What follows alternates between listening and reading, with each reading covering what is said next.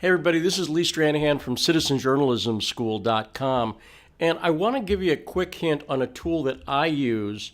As an investigative reporter, a lot of what I do is research.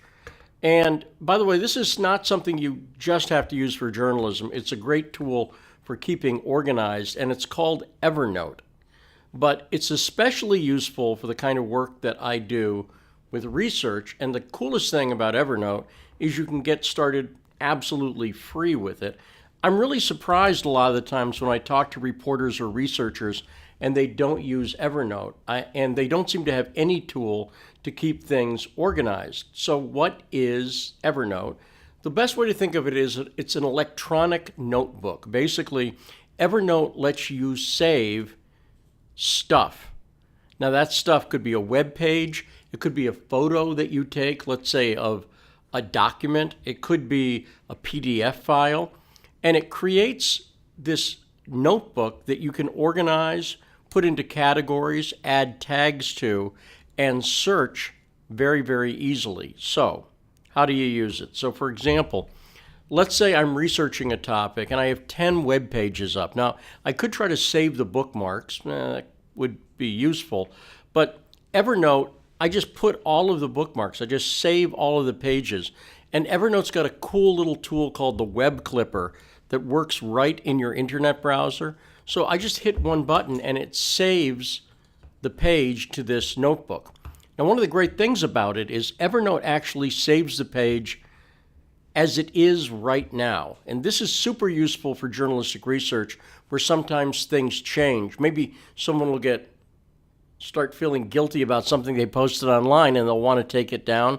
Evernote actually saves the version the way it was the day and the time when you grabbed it. Does that make sense? So super useful. Evernote, when you put stuff into it, it acts as sort of your own private Google, your own private search engine. And the way to use it, I'll give you one real quick hint. We talk about it quite a bit in Citizen Journalism School, some hints for using it. But one big hint is just save everything. If you think you might need it later, stick it in Evernote. And I find this really especially important when I'm at the early stage in a research project where I don't really know what I don't know. Maybe I don't know who somebody is. Well, later I can search for their name and I'll go, oh, wait a minute. Their name came up in this article I read 3 months ago.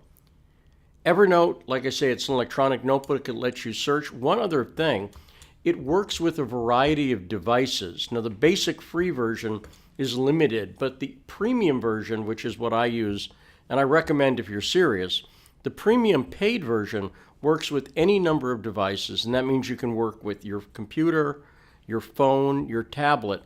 This is super useful. It means literally I can be out in the field and I can see something, a sign or whatever, take a picture of it with my phone, add it to Evernote, and here's an extra really cool thing. It does optical character recognition.